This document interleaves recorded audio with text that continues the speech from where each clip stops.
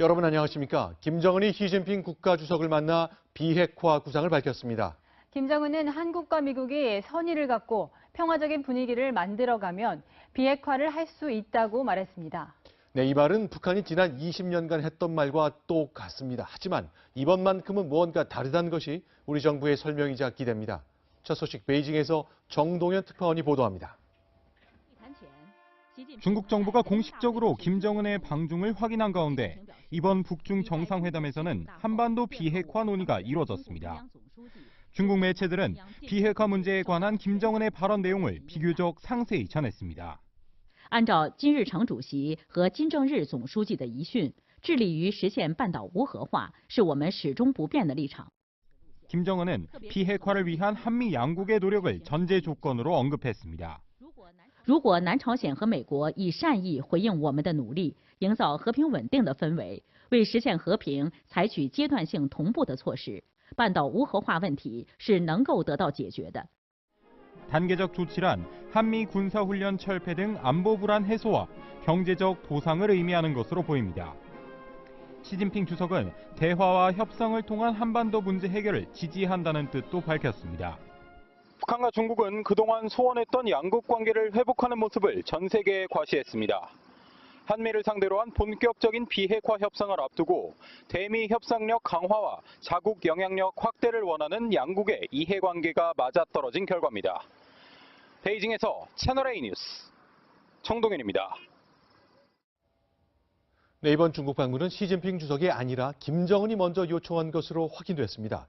시진핑의 손을 꽉 붙들면서 비핵화 논의의 판을 크게 흔들겠다는 뜻이겠죠. 두 나라는 의기투합했고 양쪽 수뇌부가 총출동했습니다. 유승진 기자입니다. 베이징역에서 꽃다발 환영을 받는 김정은과 리설주 부부. 모터사이클 21대의 호의를 받고 의장대 사회를 받으며 갸오이타이에 들어섭니다. 뒤따르는 수행단도 메머드급입니다. 북한 2인자이자 2013년 특사로 시진핑 주석과 만난 최롱해, 당 선전부장인 박광호, 후견인이자 외교 과외교사인 리수용, 통일 전선부장인 김영철까지 다 끌고 왔습니다. 사실상 김여정과 김영남을 제외한 북한 수뇌부가 총출동한 겁니다. 이번 방문은 김정은이 먼저 요청했습니다. 우리의 전격적인 방문 제의를 쾌히 수락해 주시고 방문이 성과적으로 진행될 수 있게 하기 위하여 기울인 지성과 극진한 배려에 나는 깊이 감동되어 김정은이 남한과 미국 연쇄회담을 앞두고 중국과의 관계 회복에 얼마나 공을 들였는지 알 수 있는 대목입니다. 중국도 극진히 영접했습니다. 숭타오 중국 공산당 대외연락부장은 김정은이 국경을 넘자마자 단둥역에서부터 열차를 함께 타고 의전에 나섰습니다. 또 공산당 핵심 지도부 역시 모두 나와 김정은 일행을 맞이했습니다. 한반도 주도권을 빼앗기지 않기 위해 북한과 중국이 의기투합하는 모습입니다. 채널A 뉴스 유승진입니다. 찬바람 쌩쌩 불던 북중 관계에 언제 그랬냐는 듯 봄바람이 불었습니다. 김정은은 선대로부터 이어져 온 좋은 관계를 목숨처럼 귀중히 여기겠다고 말했습니다. 김설혜 기자입니다. 김정은이 시진핑 중국 국가주석과 잔을 들고 건배를 합니다. 공연이 펼쳐지는 동안에도 두 사람은 환하게 웃으며 담소를 나눕니다. 환영 만찬에 이어 다음 날 오찬까지 김정은 내외는 시진핑 주석과 두 차례 식사를 함께했습니다. 최고의 예우를 갖춘 극진한 대접입니다.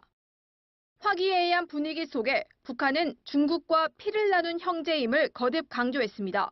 조중 친손을 대르리어 목숨처럼 귀중히 여기고 이어나가야 할 나의 숭고한 의무로도 됩니다. 시진핑 주석 역시 중조 친선은 뿌리 깊고 잎이 우거진 나무와 영원히 마르지 않는 샘줄기라며 화답했습니다. 북한의 이딴 핵실험과 도발, 이어진 중국의 제재 동참으로 파국으로 치닫던 양국 관계가 언제 그랬냐는 듯 회복된 겁니다. 북한은 김정은과 시진핑 두 정상의 만남을 모든 매체를 동원해 대대적으로 보도했습니다. 혈맹이 돌아왔음을 주민들에게 알린 겁니다. 하지만 중국 매체에서 보도한 김정은의 비핵화 발언은 전혀 언급하지 않았습니다. 채널A 뉴스 김설혜입니다. 우리 정부는 중국을 방문한 북한의 최고위 인사가 김정은이란 사실을 어젯밤에야 언론에 확인해 줬습니다. 그렇다면 우리 정부가 김정은의 베이징 방문을 파악한 것, 이거 언제일까요? 이어서 강지혜 기자가 보도합니다. 김정은의 중국 방문 과정에서 우리 정부의 대북 정보력 부재 논란이 일자 청와대가 선을 긋고 나섰습니다. 청와대 관계자는 중국 정부가 어제 이전 김정은의 방중 사실을 통보해왔다고 밝혔습니다. 하지만 정확한 통보 시점에 대해선 외교 사안인 만큼 밝힐 수 없다고 했습니다. 어제 이전이란 애매한 시점에는 김정은이 북중 정상회담을 한 26일도 포함됩니다. 해석에 따라 김정은이 베이징에 도착한 뒤에 중국이 관련 사실을 통보했다는 얘기도 될 수 있습니다. 그러자 야당은 북한 문제에 있어 우리 정부가 주도권을 빼앗기고 있다는 비판을 제기했습니다. 문재인 대통령의 한반도 운전대론의 약발도 약해지고 있습니다. 우리 한국이 이 운전석이 아니라 조수석에 있다는 것을 확인시켜준 사건이라고 생각을 합니다. 내일 한국을 찾는 양재츠 중국 외교 담당 국무위원은 모레 문재인 대통령을 예방합니다. 정의용 안보실장이 김정은을 만난 뒤 시진핑 주석에게 상세히 설명한 것처럼 양재츠 국무위원도 북중 정상회담 내용을 문 대통령에게 자세히 전달할지 주목됩니다. 채널A 뉴스 강지혜입니다. 미국 백악관은 김정은이 국제 무대에 나선 것을 두고 일단은 긍정적으로 평가했습니다. 그러면서 트럼프 대통령이 선택했던 최대 압박 작전이 먹혀들고 있다고 자평했습니다. 뉴욕에서 박용 특파원이 전해드립니다. 김정은의 방중이 공식화되자 백악관이 즉각 성명을 냈습니다. 백악관은 중국 정부가 화요일 일찍 백악관에 연락해 김정은의 베이징 방문에 대해 브리핑을 했다고 밝혔습니다. 또 이번 방중을 최대한의 압박 작전이 북한과의 적절한 대화 분위기를 조성하고 있다는 추가 증거로 본다고 평가했습니다. 시 주석이 트럼프 대통령에게 개인 메시지를 전달했다는 내용도 공개했습니다. 김정은의 외교 무대 대비에 따라 미국의 행보도 빨라질 것으로 보입니다. 다만 5월까지로 예정된 북미 정상회담과 관련해서는 신중한 반응을 보였습니다. And we're continuing to move forward in that process. We still don't have a set time or date on that front. 이런 가운데 북한이 새로운 원자로를 시험 가동했다는 보도가 나왔습니다. 뉴욕타임스는 영국의 한 군사 전문지를 인용해 북한이 지난 2월 말 핵무기의 원료인 플루토늄 20kg을 생산할 수 있는 경수로를 일시 가동했다고 전했습니다. 그러면서 5월 북미 대화의 핵심 의제는 북한의 핵무기 포기뿐 아니라 경수로 등 핵시설 폐기가 될 가능성이 높다고 보도했습니다. 미국은 북한의 비핵화 의지를 점검하고 본격적인 협상 준비에 나설 것으로 보입니다. 뉴욕에서 채널A 뉴스 박용입니다.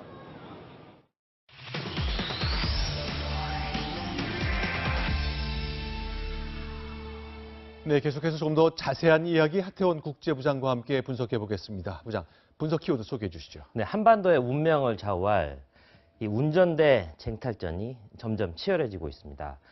자, 남북과 북미가 먼저 움직이자 시진핑이 급하게 운전석에 다가서는 모양새입니다. 자, 비핵화 해법 더 복잡해졌습니다. 자, 한미 동맹처럼 북중도 동맹 관계를 끈끈했는데 굉장히 냉랭했다가 이렇게 딱 한 번 만나서 복구하네요. 이게 가능한 거군요. 어떻게 마음만 먹으면 되는 것 같습니다. 네. 자, 시 주석은 마오쩌둥, 덩샤오핑 등 혁명 1세대 시절의 우정을 들먹거릴 정도로 동맹 복원에 공을 들였습니다. 자, 김정은을요, 위원장 동지라는 아주 극존칭을 사용하면서 높이 지켜 세웠고요. 네. 김정은 역시 중국을 찾은 것은 마땅한 의무다, 이렇게 화답했습니다. 자, 18일 기억하십니다. 시진핑이 중국 국가주석에 재선출됐을 때 달랑 3줄짜리 축전을 보냈던 때와는 확연히 달라진 모습입니다. 결국 두 사람 혈맹 복원을 한 목소리로 외쳤는데 제가 듣기에는요, 문재인 대통령 그리고 트럼프 대통령 들으라는 외침 같았습니다. 자, 근데 정말로 궁금한 것이 열흘 전에 재선의 축하 문장을 축전을 3문장만 딱 보냈는데 이렇게 네. 달라진다? 네. 그럼 결국 시진핑이 결국 생각을 바꾼 것으로 볼 수 있을 것 같은데 네. 왜 그런 겁니까? 다 이유가 있습니다. 자, 구한말을 한번 떠올려 보십시오. 네. 당시에 청나라가 쇠망하면서 한반도에 대한 어떤 주도권을 잃을 것 같은 위기의식이 생기자 급하게 개입하는 그런 모습이라고 볼 수 있겠습니다. 자, 운전대를 잡을 수만 있다면 김정은 부부에게 두 끼 밥 먹이고 영빈관 내주는 것 정도는 아무것도 아니라고 생각했을 것 같습니다. 그러니까 중국판 환심사기랄까? 그렇죠. 의전에서 다 드러나는 것 같네요. 네네, 그렇습니다. 자, 한마디로요, 트럼프급이었다, 이렇게 저는 평가할 수 있겠습니다. 자, 지난해 11월이었죠. 11월. 그때 자금성, 황제의 왕궁이라는 자금성을 통째로 내주는 아주 파격적인 의전을 했는데, 자, 이번에 김정은 부부의 방중은 비공식 방문이었습니다. 네. 그럼에도 불구하고 그 조우대 안에 있는 양원제를 털어내 줬는데, 네. 자, 유명한 청나라 건륭제 있잖아요. 네. 건륭제가 자주 다니면서 황제의 정원이라고 아주 아꼈던 그런 곳입니다. 자, 트럼프급의 의전을 해줬습니다. 어쨌건 환대를 받았는데 아마 많은 분들이 궁금해하실 것 같아요. 김정은 도대체 지금 한반도 비핵화 관련해서 어떤 생각을 하고 있을까? 오늘 양국 정상의 대화로 좀 볼 수 있는 게 있죠. 네, 이제는 뭔가 좀 명확해진 기분입니다. 자, 쉽게 말하면요, 맨입으로는 비핵화 못한다, 그런 이야기를 했는데, 자, 방북 후 우리 특사단이 했던 얘기를 먼저 한번 보겠습니다. 정용 특사 이렇게 얘기했죠. 군사적 위협 해소되고 체제 안전 보장되면 핵 보유할 이유가 없다. 네. 김정은 얘기라고 전한 겁니다. 근데 그렇습니다. 자, 중국이 오늘 얘기한 건 이렇습니다. 한미가 선의로 우리 노력에 응답하고 네. 단계적 조치를 취한다면 비핵화 하겠다. 네. 자, 비슷해 보입니까?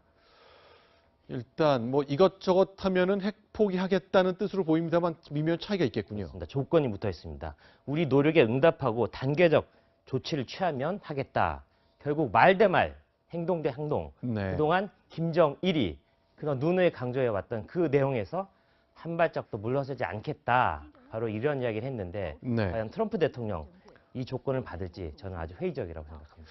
자, 그렇다면 이제 4월 말 남북 3차 정상회담을 전제로 해서 내일 남북 고위급이 만납니다. 문재인 대통령의 구상이 좀 틀어지는 겁니까? 아니면 계속대로 순항하고 있는 겁니까? 네, 중국 변수의 등장으로요, 재수정 불가피해 보입니다. 네. 자, 우리 대통령의 3단계 해결론 이겁니다. 자, 남북이 만나고요. 그 다음에 북미가 만나는 거죠. 네. 북미가 만난 다음에는 남북미가 모여가지고 판문점에서 네. 평화선언을 하겠다, 이런 구상이었는데, 네. 시진핑 주석이 급하게 끼어들면서 이 전체 구도가 틀어졌는데, 결국 시진핑이 하고 싶은 얘기는 남북 미중 네 명이 모여서 한번 담판하자, 이런 얘기인 것 같습니다. 자, 그렇다면 자, 불과 한 3주 전만 해도 아주 훈풍이 훅 불 것 같았거든요. 전반적으로 좀 평가를 좀 부탁드리겠습니다. 우리가 바라는 북한을 중심으로 한 한반도의 비핵화 점점 더 차근차근 가고 있는 겁니까? 저는 좀 복잡해졌다고 봅니다. 자, 네. 육자회담이 실패했잖아요. 그 네. 이유는 너무 많은 참가국이 있었기 때문에 실패했다고 저는 봅니다. 일단 일본과 러시아 빠지는 것인데요. 긍정적 측면은 있다고 생각합니다. 자, 결국 김정은의 의도는 남북관계 복원을 통한 경제협력, 그리고 북미 대화를 통한 제재 완화를 노리고 있을 것 같은데, 자, 북한과 중국이 전통적 혈맹을 복원하면서 지금 협봉을 펼친 모양새 아니겠습니까? 네. 이 상황에서 우리가 과연 중국과 미국 사이에 중간에 어정쩡한 지점에 서 있는 것, 그건 해답이 아니라고 생각합니다. 알겠습니다. 자, 몇 번 저희가 말씀드렸습니다만 4월 말 그리고 5월쯤으로 예상되는 북미 정상회담 끝나는 2달 뒤면 많은 것이 선명해질 겁니다. 그때까지 좀 기다려볼 수밖에 없겠군요. 알겠습니다. 하태현 국제부장과 함께했습니다. 고맙습니다. 네, 계속 보겠습니다. 자, 정상국가처럼 국제에 나선 것이 김정은 리설주 부부죠. 그 사람들 얘기 좀 살펴보겠습니다. 처음으로 공개된 북한의 퍼스트 레이디 외교입니다. 곽정화 기자가 소개합니다. 세련된 베이지색 정장 원피스를 입고 김정은 옆에서 미소를 짓는 리설주. 중국 시진핑 주석뿐만 아니라 펑리위안 여사와도 자연스럽게 악수를 나눕니다. 기념사진을 찍을 때 펑리위안 여사의 카운터파트로 나설 뿐 아니라 시진핑 주석과 차를 마시며 환담을 나눌 때도 펑리위안 여사 맞은편에 함께합니다. 퍼스트레이디로 첫 정상외교에 도전하는 자리였는데 위축된 모습은 찾아볼 수 없습니다. 중국의 실리콘밸리 중관촌을 찾았을 때는 4D 안경을 직접 체험하는 등 친근한 모습도 보여줬습니다. 리설주는 지난 5일 김정은 위원장과 우리 대북 특사단의 만찬에 참석해 국가 수반 부부의 모습을 연출했습니다. 북한 매체는 지난 2월부터 리설주를 동지에서 여사로 바꿔 부르며 영부인 역할을 강조하고 있습니다. 리설주 여사와 김영남 동지 당과 정부의 간부들이 추석단 특별석에 자리를 잡았습니다. 부부가 정상외교를 함께하는 정상국가의 모습을 과시하려는 의도로 풀이됩니다. 채널A 뉴스 곽정화입니다. 네, 김정은 일행의 차량 행렬을 본 베이징 시민들은요, 시진핑 국가주석이 여기 왔구나 이렇게 착각했습니다. 그럴 정도로 최고 수준의 의전과 경비가 있었다는 얘기겠죠. 황아람 기자입니다. 방중 이틀째인 어제 부인 리설주와 함께 중국판 실리콘밸리 중광춘을 찾은 김정은. 他对中国在科技发展和创新方面取得的成就表示钦佩，并在参观结束后题词留念。 김정은 일행의 차량 행렬에 시 주석이 왔다고 착각하는 시민들이 있었을 만큼 경비는 삼엄했고 의전도 화려했습니다. 베이징 도심에 위치한 중광춘은 교통이 혼잡하기로 유명한데 중국 당국은 특별 통제까지 할 정도로 만전을 기했습니다. 이번 방중 기간 동안 김정은은 아버지 김정일의 루트를 그대로 따라했습니다. 애용하던 전용기 대신 전용 열차를 이용했고 갸오위타위 18호실에 묵은 것은 물론 중광춘 방문 일정도 판박이 같았습니다. 김정일은 지난 2011년 5월 방중 때 중광춘의 정보통신 서비스 업체들을 돌아보며 중국 기업의 발전상을 체험한 바 있습니다. 베이징 서북 쪽에 위치한 중광춘은 중국 IT 첨단 산업의 메카로 기업 가치 10억 달러가 넘는 스타트업이 70곳 넘게 자리하고 있습니다. 김정은이 중국의 선진 산업 현장을 둘러보며 경제 개발과 개방 정책에 대한 메시지를 대내외적으로 알리려 했다는 분석이 나옵니다. 채널A 뉴스 황아람입니다. 검찰은 오늘 4년 전 세월호 사고 보고 조작 사건에 대한 수사 결과를 발표했습니다. 여기에서 박근혜 전 대통령의 세월호 7시간 행적이 낱낱이 공개됐는데요. 특히 당일 오후 최순실 씨를 청와대 관저에서 만나 중앙재난안전대책본부 방문을 결정한 사실도 새롭게 드러났습니다. 먼저 성혜란 기자입니다. 세월호 참사가 있었던 지난 2014년 4월 16일 박근혜 전 대통령이 관저에서 최순실 씨를 만난 것으로 확인됐습니다.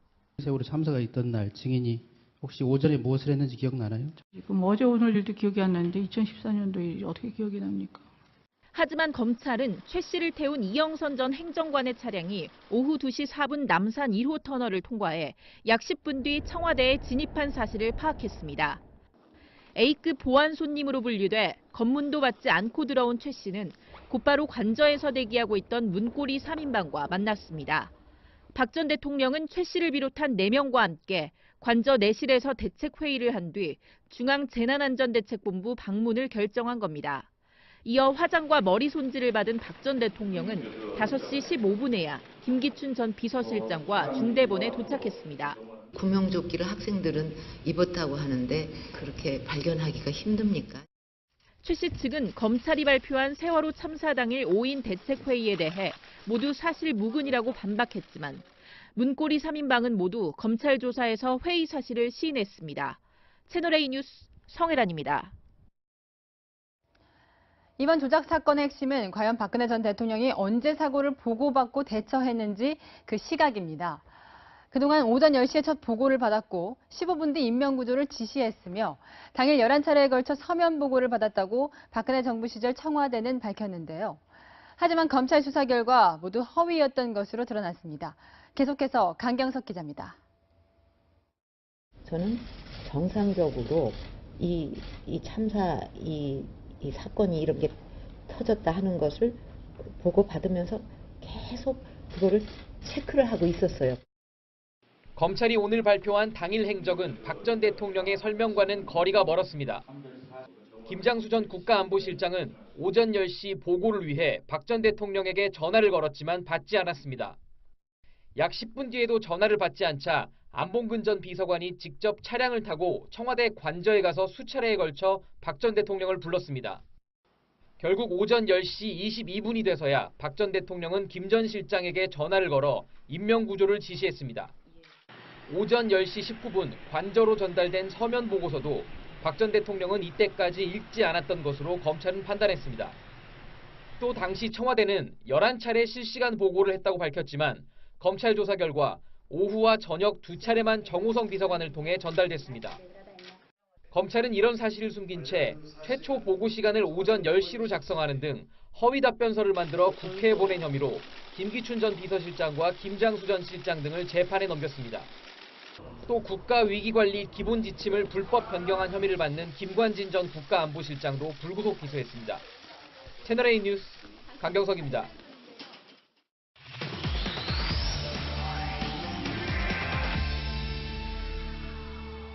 네, 세월호 7시간의 미스터리가 드디어 베일을 벗었습니다. 사회부 배혜림 차장과 뉴스 분석으로 이어가겠습니다. 키워드 먼저 설명해 주시죠. 네, 오늘의 키워드는 침실, 최순실, 그리고 중대본입니다. 세월호 참사 당일 박근혜 전 대통령의 7시간 동안의 행적은요, 침실, 최순실, 그리고 중대본으로 요약이 됩니다. 4년 전 세월호 참사 당일 청와대 관저로 들어가 보겠습니다. 네, 논란이 된 여러 내용 중에 박근혜 전 대통령이 첫 보고를 받은 시점부터 한번 살펴보겠습니다. 네. 오늘 검찰 수사 결과 발표에 따르면 10시 22분에 첫 결과 발표를 받았다는 건데 네. 왜 오전 10시라고 그동안 주장을 한 겁니까? 네, 검찰 수사 결과에 따르면 박근혜 전 대통령에게는 반드시 숨겨야 하는 비밀이 있었던 걸로 보입니다. 바로 자신이 침실에 머무느라고 이 국가안보실의 보고를 3차례나 누락했다는 겁니다. 결국 관저로 뛰어들어간 안봉근 전 비서관이 침실 앞에서 여러 차례 대통령을 부릅니다. 그제서야 박 전 대통령은 그 소리를 듣고 침실 밖으로 나왔고요. 국가안보실장이 급한 통화를 원한다는 보고를 받은 뒤에는 단 한마디 말을 남겼습니다. 그래요 라고 반문하는 한마디였습니다. 이 당시 청와대는 골든타임을 오전 10시 17분으로 판단했습니다. 이 세월호 탑승자가 마지막으로 카카오톡을 보낸 시각이 바로 10시 17분이었습니다. 이 박 전 대통령은 자신의 무능을 숨기려고 이 골든타임을 넘기기 전에 앞서 보고를 받은 걸로 조작했다는 게 검찰의 판단입니다.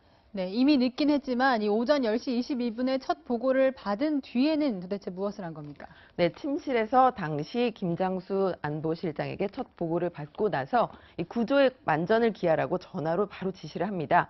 그리고 뒤에 8분 뒤 해경청장에게 전화 한 통을 한 뒤로는 오전 내내 침실에서 나오지 않았다는 게 검찰 수사 결과입니다. 네, 이런 참사가 발생했는데 오전 내 침실에서 나오지 않았다. 쉽게 납득이 가지 않는데요. 네, 이런 경우가 적지 않았던 것으로 보입니다. 검찰 수사 결과에 따르면 이 통상 관저로 들어가는 보고서는 요리사를 통해서 침실 앞에 있는 탁자에 놓여집니다. 그러면 박근혜 전 대통령이 보고서를 확인했는지 안 했는지는 아무도 알 수가 없는 구조였습니다. 이런 이야기를 김기춘 전 비서실장이 한 적이 있는데요. 직접 들어보시겠습니다. 일어나셔서 주무실 때까지가 근무 시간이고 어디에 계시든지 간에 집무를 하고 계시고 그 시간에 어느 집무실에 계셨는가 하는 것은 저희들이 경호상 밝힐 수 없다는 뜻입니다. 네, 지금 김기춘 전 비서실장이 대통령의 이 경호를 위해서 보안이 유지가 돼야 한다 이런 말을 했는데 네. 오늘 검찰 수사 결과 발표를 보면 진짜 보안 사항은 따로 있었어요. 네, 바로 최순실 씨였습니다. 네. 당일 오후 2시 15분 이른바 A급 보안 손님으로 관저에 들어온 겁니다. 이 보안 손님이란 말은요, 검색 절차가 없이 관저에 들어올 수 있는 사람을 이 경호원들이 부르는 용어인데요. 이 당시 관저 정문을 지나서 마당까지 들어올 수 있는 A급 보안 손님은 최순실 그리고 김영재 부부였습니다. 그리고 정문까지만 들어올 수 있는 B급 보안 손님은요, 왕십리 원장과 기치료 아줌마라고 불린 이 비선 진료인들이었습니다. 네, 이렇게 되면 오늘 이 내용이 모두 사실이라면 박근혜 전 대통령이 탄핵 심판 당시에 헌법재판소에 제출했던 답변서 모두 거짓말이 되는 건가요? 네, 박 전 대통령이 당시에 얘기했던 것 핵심은 바로 이것이었습니다. 당시에 최선을 다해서 할 수 있는 모든 조치를 취했다. 이런 주장이었는데요. 그러면서 제시한 근거들이 있었습니다. 바로 사고 당일 오전 관저 집무실에 있었다라는 건데 검찰 수사 결과 청와대 관저 안에는 집무실 자체가 없는 것으로 조사됐습니다. 네. 그리고 두 번째, 참사 당일 오전 모두 4차례 전화로 구조를 지시했다는 거였는데요. 침실에서 보고를 받지 못했고 전화 지시도 2번만 한 것으로 드러났습니다.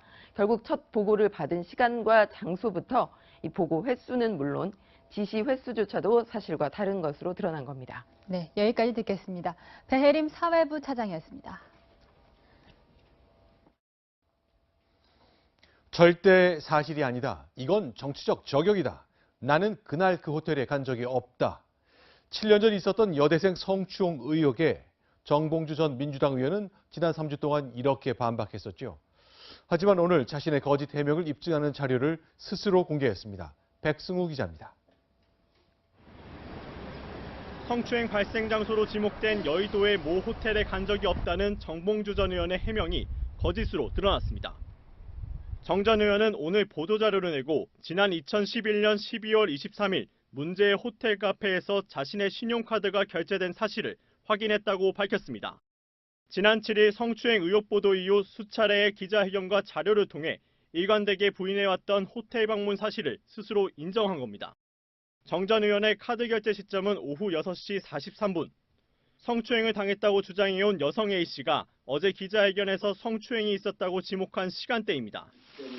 정봉주 전 의원은 그동안 이 호텔에는 간 적조차 없다고 반박했고 호텔룸에서이건 카페에서이건 레스토랑에서이건 레스토랑 룸이었든 간에 A씨를 만난 사실이 없고 당일 행적을 찍은 사진이 자신의 결백을 입증할 증거라고 주장했습니다. 이미 781장의 증거를 경찰에 제출했고 정치적으로 저를 저격하는 거 아닌가 하는 자신의 해명을 뒤집는 자료가 나왔지만 정 전 의원은 언론사 기자를 상대로 한 고소를 취소했을 뿐 여전히 사건에 대해 기억이 전혀 없다고 밝혔습니다. 채널A 뉴스 백승우입니다. 정봉주 전 의원은 의혹을 반박할 때와는 달리 언론 앞에 그리고 국민 앞에 나타나지 않았습니다. 대신 다시 자연인으로 돌아가겠다는 글을 남겼습니다. 김철웅 기자입니다. 지난 7일 서울시장 출마 기자회견을 1시간 앞두고 성추행 의혹이 불거진 정봉주 전 의원. 민주당 복당이 불어대고 피해자와 진실 공방을 벌이면서도 출마 의지를 굽히지 않았습니다. 예, 변함없습니다. 준비는 아마 많은 후보들 중에 제가 제일 잘 되고 있는 것 같고요. 정 전 의원은 당초 오늘 오후 기자회견을 열고 입장을 밝히겠다고 했지만 돌연 취소한 뒤 SNS에 거듭 죄송하다는 짤막한 글을 올렸습니다. 정 전 의원은 서울시장 출마를 철회하겠다며 모든 공적 활동을 접고 자숙하면서 자연인으로 돌아가겠다고 밝혔습니다. 성추행 의혹이 불거진 지 3주 만입니다. 지난해 12월 정치인으로는 유일하게 문재인 정부 첫 특별 사면 복권 대상에 포함됐던 정봉주 전 의원. 사실상 정계 은퇴 의사를 밝히며 10년 만에 정치 복귀는 무산됐습니다. 채널A 뉴스 김철웅입니다.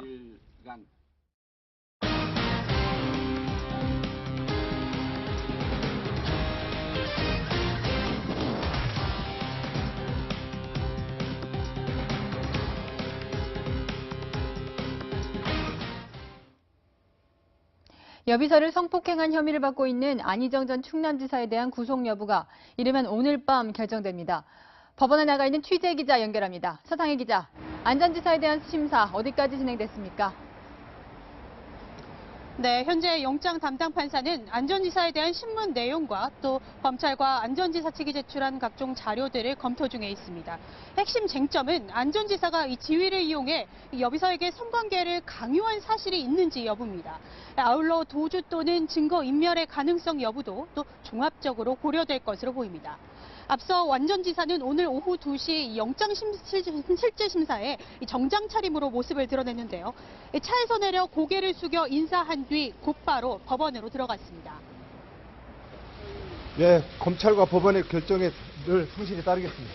여전히 혐의 부인하십니까? 말씀드린 바와 같습니다. 안 전 지사 측은 성관계 사실은 인정하지만 합의에 의한 관계였다는 기존 입장을 이어간 것으로 알려졌습니다. 영장 심사는 1시간 35분 만에 끝났는데요. 안 전 지사는 영장 심사를 마친 뒤 아무런 언급도 하지 않고 서울 남부구치소로 이동했습니다. 지금까지 서울 서부지법에서 전해드렸습니다. 과학기술 분야의 인재 양성기관으로 유명한 포항공대 포스텍도 잇따른 미투로 곤혹을 치르고 있습니다. 여 교수가 미투 폭로를 한 데 이어 남학생도 피해를 호소하고 나섰습니다.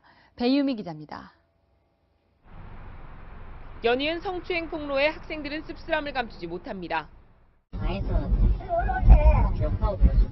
잘 얘기를 많이 꺼내는 분위기는 아니에요. 아무래도 민감한 주제일 수 있어서. 포스텍 여교수 A씨는 그제 교내 통신망에 저는 당신의 접대부가 아닌 직장 동료입니다란 제목의 글을 올렸습니다. 동료 교수가 3년 전 중요한 분이 오시니 예쁘게 하고 나오라며 불렀고 식당에서 만난 고위 공무원이 손을 주무르는 등 부적절한 신체적 접촉을 했던 겁니다. 이런 폭로가 공개되자 많은 댓글이 붙었습니다. 그런데 이 댓글을 올린 여대생 B씨를 상대로 이번에는 남학생이 미투 폭로를 했습니다. 댓글에서 익숙하지만 역겨운 이름을 발견해 글을 올린다 남학생은 지난해 여자 선배인 B씨가 자신을 으슥한 곳으로 끌고 가 성추행하고 몸을 만졌다고 주장했습니다. 학교 측은 신중한 반응입니다. 작은 학교다 보니까 말씀드리는 것도 사실은 조금 조심스럽습니다. 학교 측은 사안이 중대한 만큼 진상조사를 통해 피해자를 돕겠다고 밝혔습니다. 채널A 뉴스 배유입니다. 강원 고성군에 큰 산불이 발생해 이 시간까지 완전히 꺼지지 않고 있습니다. 산이 바싹 마른 데다 강한 바람까지 불어 진화가 쉽지 않은데요. 1,300명 넘는 주민들에게 대피령이 떨어졌고 학교에는 휴교령이 내려졌습니다. 정지영 기자가 현장 취재했습니다. 희뿌연 연기가 한낮 태양을 모두 가려버렸습니다. 한 치 앞도 보이지 않지만 소방대원들은 치솟는 불길과 싸웁니다. 연신 물을 뿌려보지만 속수무책입니다. 주택 바로 뒤까지 달려든 산불은 컨테이너 창고를 아예 녹여버렸습니다. 무섭지요. 한마디로 금방 번져요. 바람이 많이 불어서. 탄약 등을 보관하고 있는 군부대 코앞까지 불이 번져 아찔한 상황도 이어졌습니다. 거침없는 불길에 도로 곳곳은 하루 종일 통제됐습니다. 화마가 휩쓸고 간 산등성이는 잿더미로 변했고 매캐한 연기가 나고 있어 숨쉬기조차 쉽지 않습니다. 대야를 든 주민들은 망연자실, 불이 난 산을 바라봅니다. 처음 산불이 난 곳에서 3km 떨어진 항구까지 산불이 들이닥쳤습니다. 금방 불이 팍 붙었는데 이쪽 산으로 금방 번지는 거야. 우리는 또 이 바닷물 끌어다가 여기다 큰 통에다 받아갖고 막 날랐지 뭐. 산불이 한때 이곳 가진항 부근까지 번지면서 해상으로 대피했던 배들이 다시 돌아오고 있습니다. 오늘 오전 6시 22분쯤 강원 고성군 간성읍 야산에서 발생한 산불은 현재까지 축구장 56개 면적, 산림 35헥타르를 태웠습니다. 건조주의보 속에 강풍까지 불면서 진화가 쉽지 않았습니다.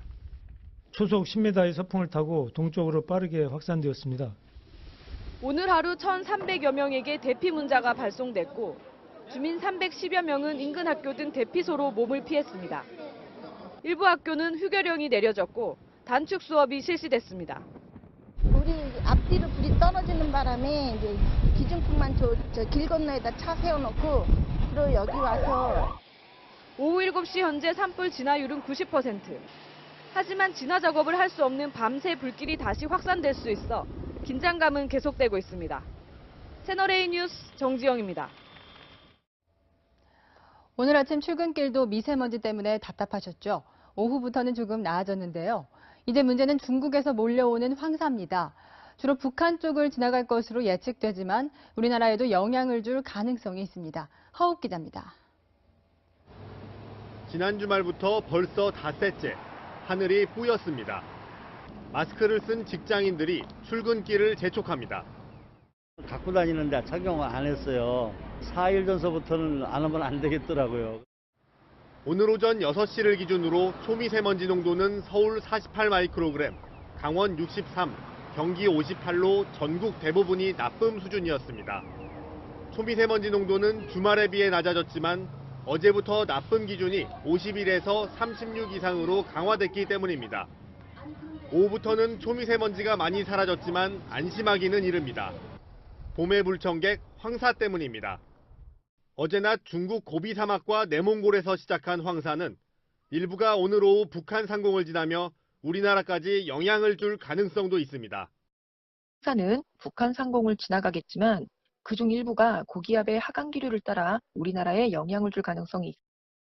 황사가 강하게 불면 초미세먼지 농도가 다시 올라갈 수도 있습니다. 한편 중국발 미세먼지에 고농도 오존이 포함되어 있다는 민간 연구기관의 연구 결과도 나왔습니다. 오존에 자주 노출되면 피부질환이나 가슴 통증, 기침 등 증상이 생길 수 있습니다. 채널A 뉴스 허욱입니다. 이런 최악의 미세먼지 속에서 장교 후보생 수백 명이 10시간 넘게 행군 훈련을 하는 일이 있었습니다. 군 훈련 지침에도 어긋나는 일인데 마스크조차 지급되지 않았습니다. 강은하 기자입니다. 어제 그제 충북 괴산군에 있는 육군학생 군사학교 소속 장교 후보생 400여 명이 40km 행군 훈련을 지시받았습니다. 완전 군장에 소총을 짊어진 모습은 여느 훈련과 다름없어 보이지만 멀리 산들이 뿌옇게 보이고 검은 마스크를 코에 걸친 후보생 모습이 이색적입니다. 당시 훈련장 주변 미세먼지 수치는 하루 종일 나쁨 지수를 기록했습니다. 육군 교육훈련 지침에 따르면 미세먼지 농도가 나쁨일 때는 지휘관이 마스크를 반드시 착용시키고 실내 교육으로 전환할지 결정해야 합니다.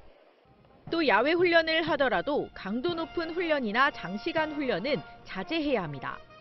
하지만 육군학생군사학교 장교 후보생들은 마스크도 지급받지 못한 채 10시간 넘게 40km 행군 훈련을 받았습니다. 걷거나 운동하거나 그런 경우에는 호흡량이 오히려 더 많아지기 때문에 그 미세먼지를 더 많이 마실 수가 있는 그 가능성이 있고요.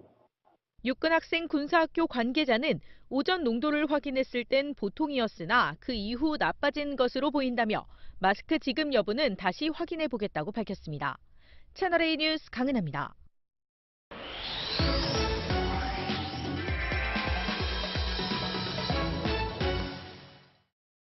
뉴스터치 시작합니다. 먼저 10대 고교생과 20대 청년들이 작당한 보험 사기극인데요. 한밤중 서울의 한 도로 모습입니다. 깜빡이를 켠 택시 뒤에서 한 승용차가 택시를 뒤따라가고 있는 모습인데 그런데 속도를 줄이지 않고 은근슬쩍 택시를 들이받습니다. 놀란 기사와 승객이 밖으로 뛰쳐나오자 뒷차 운전자도 함께 나와 받침 부위를 살펴보고 있는데요.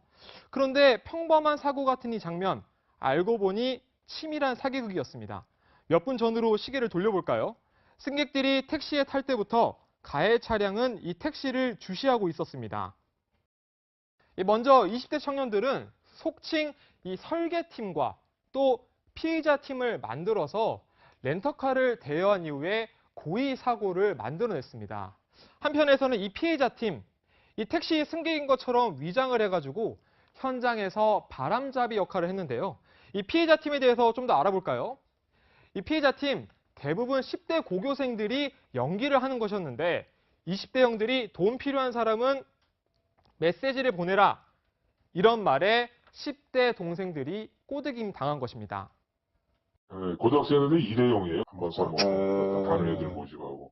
택시 승객이 많을수록 돈이 많이 나오지 않습니까? 그죠? 절대 한두 명은 안 타요. 다음은 땀 흘려 일하는 택배 상하차 알바생들을 부끄럽게 한 택배 사기 사건입니다. 서울의 한 택배 상하차 분류 작업장인데 쉴 새 없이 컨베이어 벨트를 따라서 택배 상자들이 줄줄이 운송 차량으로 옮겨지고 있습니다. 이때 주위를 두리번거리던 한 남성이 상자 하나를 몰래 바깥으로 내던지는데요. 또 다른 남성은 택배 상자를 발로 슬쩍 밀어서 밖으로 내보냅니다. 상자 안에 뭐가 들었는지 살펴보다가 필요 없다 싶자 이번에는 내팽개치기까지 하는데요. 알고 보니 이 값나가는 택배 내용물을 훔치기 위해서 위장 취업을 한 20대 남성들이었습니다. 이 20대 남성들 하루 만에 그것도 불과 5시간 만에 1,000만 원이 넘는 물건을 훔쳐서 달아났는데 휴대폰부터 충전기 그리고 옷까지 이 돈이 된다 싶은 물건들은 닥치는 대로 빼돌렸습니다. 이 꼬리가 길면을 밟힌다는 속담처럼 이 내용물만 빼내고 버려버린 상자들 때문에 이들의 덜미는 경찰에 잡히고 말았습니다. 지금까지 뉴스터치였습니다. 이틀 전 한 차례 무산됐던 이명박 전 대통령에 대한 옥중 조사가 오늘 다시 시도됐습니다. 현장으로 가겠습니다. 윤준호 기자. 자, 이 전 대통령에 대한 옥중 조사 오늘은 어땠습니까? 네, 검찰의 설득에도 불구하고 이 전 대통령에 대한 조사는 그제에 이어 오늘도 이루어지지 않았습니다. 사건을 수사 중인 신봉수, 송경호 두 부장검사가 오전 10시부터 변호인들을 통해 계속 설득했지만 조사에 응하지 않겠다는 이 전 대통령의 입장에는 변함이 없었습니다. 특히 이 전 대통령은 검찰 조사를 받겠느냐는 변호인들의 질문에 같은 대답을 반복하도록 하지 말라며 언성을 높인 것으로 전해졌습니다. 이런 가운데 검찰은 이 전 대통령의 혐의를 입증하는 데는 문제가 없다는 판단입니다. 다른 추가 수사를 통해 증거를 충분히 수집하고 있다는 겁니다. 이처럼 이 전 대통령에 대한 추가 조사가 어려워지면서 향후 검찰의 수사는 이 전 대통령 가족으로 확대될 가능성이 높습니다. 실제 검찰은 이 전 대통령의 뇌물수수 혐의와 관련해 부인 김윤옥 여사를 비공개 조사하는 방법도 검토하고 있습니다. 이런 가운데 아들 시영 씨는 오늘 이 전 대통령을 면회했습니다. 지금까지 서울중앙지검에서 전해드렸습니다. 네, 경찰을 원색적으로 비판했다가 거센 반발에 직면했던 자유한국당이 일주일도 못 돼서 고개를 숙이면서 사과했습니다. 오늘은 경찰 대신 전교조를 정조준했습니다. 김기정 기자입니다. 광견병 발언으로 경찰의 조직적 반발을 자초했던 장제원 자유한국당 의원. 정권의 사냥개가 광견병까지 걸려 정권의 이익을 위해서라면 닥치는 대로. 논란이 커지자 발언 엿새 만에 경찰을 사랑한다며 사과했습니다. 자유한국당은 경찰의 울산시청 압수수색에 대해 문제를 제기하며 국회 행정안전위원회를 소집했지만 오히려 경찰을 치켜 세우며 파문을 수습하는 데 주력했습니다. 세계에 내놔도 손색이 없는 치안에 대해서는 1등 가는 경찰입니다. 아주 모범적이고. 14만 경찰 반발이 부담이 되자 한국당은 울산시장 공천 발표 날에 울산시청을 압수수색한 황운하 울산경찰청장의 공격을 집중하며 분리 대응에 나섰습니다. 한국당은 대신 전교조의 화살을 돌렸습니다. 정치권에서 아무리 해본들 좌파들하고 연계된 이 전교조를 뿌리 뽑을 수가 없습니다. 홍준표 한국당 대표는 일선 학교를 전교조가 장악해 학생들이 편향된 교육을 받고 있다며 전교조 저항 운동을 시작해야 한다고 주장했습니다. 채널A 뉴스 김기정입니다. 최근 조개류에서 폐류 독소가 발견되고 있습니다. 홍합에 이어 굴, 미더덕, 바지락에서도 검출되는데요. 잘못 먹으면 근육마비가 온다고 하니 당분간 폐류 섭취하실 때 주의하셔야겠습니다. 김현지 기자입니다. 경남 창원시의 한 수산물 위판장 인근에 폐류 채취 금지를 알리는 현수막이 걸려 있습니다.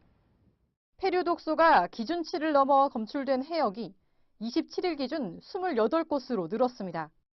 창원, 통영뿐 아니라 여수 해역도 문제가 됐습니다. 독소가 검출된 품종도 홍합에서 굴, 미더덕, 바지락까지 확대됐습니다. 폐류 독소는 많이 먹으면 근육마비나 호흡곤란이 일어나고 오염된 홍합 200개를 한꺼번에 먹으면 사망할 수도 있습니다. 폐류 독소가 검출된 품종이 점점 늘어나면서 소비자 불안도 커지고 있습니다. 정부는 현재 시중에 유통되는 폐류들은 오염되지 않은 해역에서 채취돼 안전하다고 밝혔습니다. 하지만 소비자는 선뜻 손이 가지 않습니다. 조개뿐만 아니라 다른 해산물도 불안해서 전혀 구입 안 하는 상태예요, 지금은. 폐류 독소는 3월에서 6월 사이 기승을 부리기 때문에 당분간 폐류 섭취에 주의해야 합니다. 정부는 특히 해안가에서 직접 조개류를 채취해 먹는 것은 자제할 것을 당부했습니다. 채널A 뉴스 김현지입니다. 경기도 김포의 돼지 농가에서 구제역이 발생했습니다. 국내 돼지 농가에서는 처음 발생한 A형 구제역입니다. 정부는 반경 3km의 돼지 농장에 대해 살처분을 하겠다고 했지만 농가들이 반발하고 있습니다. 김지환 기자입니다. 돼지 농장에서 매몰 작업이 한창입니다. 어제 구제역 확진 판정을 받은 농장인데 돼지 1000여 마리가 모두 매몰 처리됐습니다. 구제역이 발생한 돼지 농가입니다. 농가 주변으로는 방역이 이뤄지고 있고 농가로 들어가는 길도 이렇게 통행을 제한하고 있습니다. 돼지 구제역 발생은 2016년 3월 충남 홍성에서 발생한 지 2년 만입니다. 이번에는 A형으로 확인됐는데 국내 돼지 농장에서 A형 구제역이 발생한 건 처음입니다. 정부는 근처 농가 7곳에 있는 돼지 5,300여 마리도 살처분하겠다고 밝혔습니다. 발생 농장으로부터 3km 내에 있는 돼지 농장에 대해서는 모두 살처분을 실시합니다. 그러나 농가들은 반발하고 있습니다. 지금이라도 백신을 접종하면 되는데 성급한 조치라는 겁니다.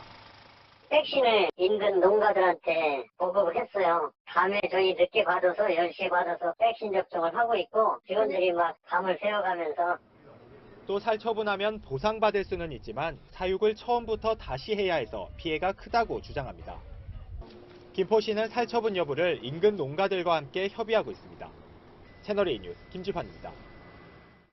이제 서울에서도 봄꽃들이 하나둘씩 모습을 드러내기 시작했습니다. 오늘은 미세먼지도 없어서 오늘만 같으면 참 좋겠다라는 생각 많이들 하셨을 것 같은데요. 아쉽게도 오늘 밤부터는 황사가 밀려올 수 있다는 소식입니다.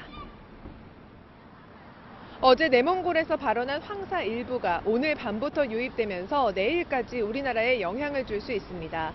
내일 수도권과 영서 지역은 미세먼지 농도가 종일 나쁨 수준 예상되고요. 그 밖의 지역은 보통 수준 유지하겠지만 일시적으로 먼지 농도가 높아질 수 있겠습니다. 내일도 포근함은 계속됩니다. 서울이 18도, 대구가 20도 등으로 한낮에는 20도 안팎까지 오르겠고요. 큰 일교차만 잘 대비하시면 되겠습니다. 영동과 경북 또 경남 해안 지역에는 건조특보가 발효 중인데요. 동쪽 지역은 바람이 무척 강해서 화재 위험성이 특히 높습니다. 앞으로는 봄 기운이 더 짙어지고요. 일요일과 월요일 사이에는 중부 지역에 비 소식이 있습니다. 내일 아침에도 일부 내륙과 해안가에서는 짙은 안개가 예상됩니다. 안개 위험 구간에서는 특히 조심 운행해 주셔야겠습니다. 지금까지 삼청동에서 채널A 뉴스 남혜정입니다. 청년에게 꿈과 희망을 채널A가 함께합니다. 시청해주셔서 감사합니다. 여러분 안녕하십니까? 김정은이 시진핑 국가주석을 만나 비핵화 구상을 밝혔습니다. 김정은은 한국과 미국이 선의를 갖고 평화적인 분위기를 만들어가면 비핵화를 할 수 있다고 말했습니다. 네, 이 말은 북한이 지난 20년간 했던 말과 똑같습니다. 하지만 이번만큼은 무언가 다르다는 것이 우리 정부의 설명이자 기대입니다. 첫 소식 베이징에서 정동현 특파원이 보도합니다. 중국 정부가 공식적으로 김정은의 방중을 확인한 가운데 이번 북중 정상회담에서는 한반도 비핵화 논의가 이루어졌습니다. 중국 매체들은 비핵화 문제에 관한 김정은의 발언 내용을 비교적 상세히 전했습니다. 按照金日成主席和金正日总书记的遗训，致力于实现半岛无核化，是我们始终不变的立场。 김정은은 비핵화를 위한 한미 양국의 노력을 전제 조건으로 언급했습니다. 如果南朝鲜和美国以善意回应我们的努力，营造和平稳定的氛围，为实现和平采取阶段性同步的措施，半岛无核化问题是能够得到解决的。 단계적 조치란 한미 군사훈련 철폐 등 안보 불안 해소와 경제적 보상을 의미하는 것으로 보입니다. 시진핑 주석은 대화와 협상을 통한 한반도 문제 해결을 지지한다는 뜻도 밝혔습니다. 북한과 중국은 그동안 소원했던 양국 관계를 회복하는 모습을 전 세계에 과시했습니다. 한미를 상대로 한 본격적인 비핵화 협상을 앞두고 대미 협상력 강화와 자국 영향력 확대를 원하는 양국의 이해관계가 맞아떨어진 결과입니다. 베이징에서 채널A 뉴스 정동현입니다. 네, 이번 중국 방문은 시진핑 주석이 아니라 김정은이 먼저 요청한 것으로 확인됐습니다. 시진핑의 손을 꽉 붙들면서 비핵화 논의의 판을 크게 흔들겠다는 뜻이겠죠. 두 나라는 의기투합했고 양쪽 수뇌부가 총출동했습니다. 유승진 기자입니다. 베이징역에서 꽃다발 환영을 받는 김정은과 리설주 부부. 모터사이클 21대의 호의를 받고 의장대 사회를 받으며 갸오이타이에 들어섭니다. 뒤따르는 수행단도 메머드급입니다. 북한 2인자이자 2013년 특사로 시진핑 주석과 만난 최롱해, 당 선전부장인 박광호, 후견인이자 외교 과외교사인 리수용, 통일 전선부장인 김영철까지 다 끌고 왔습니다. 사실상 김여정과 김영남을 제외한 북한 수뇌부가 총출동한 겁니다. 이번 방문은 김정은이 먼저 요청했습니다.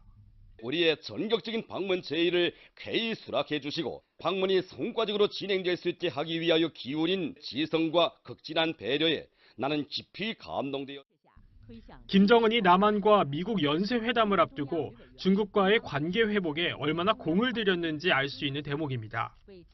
중국도 극진히 영접했습니다. 숭타오 중국 공산당 대외연락부장은 김정은이 국경을 넘자마자 단둥역에서부터 열차를 함께 타고 의전에 나섰습니다. 또 공산당 핵심 지도부 역시 모두 나와 김정은 일행을 맞이했습니다. 한반도 주도권을 빼앗기지 않기 위해 북한과 중국이 의기투합하는 모습입니다. 채널A 뉴스 유승진입니다. 찬바람 쌩쌩 불던 북중 관계에 언제 그랬냐는 듯 봄바람이 불었습니다. 김정은은 선대로부터 이어져 온 좋은 관계를 목숨처럼 귀중히 여기겠다고 말했습니다. 김설혜 기자입니다. 김정은이 시진핑 중국 국가주석과 잔을 들고 건배를 합니다. 공연이 펼쳐지는 동안에도 두 사람은 환하게 웃으며 담소를 나눕니다. 환영 만찬에 이어 다음 날 오찬까지 김정은 내외는 시진핑 주석과 두 차례 식사를 함께했습니다. 최고의 예우를 갖춘 극진한 대접입니다. 화기애애한 분위기 속에 북한은 중국과 피를 나눈 형제임을 거듭 강조했습니다.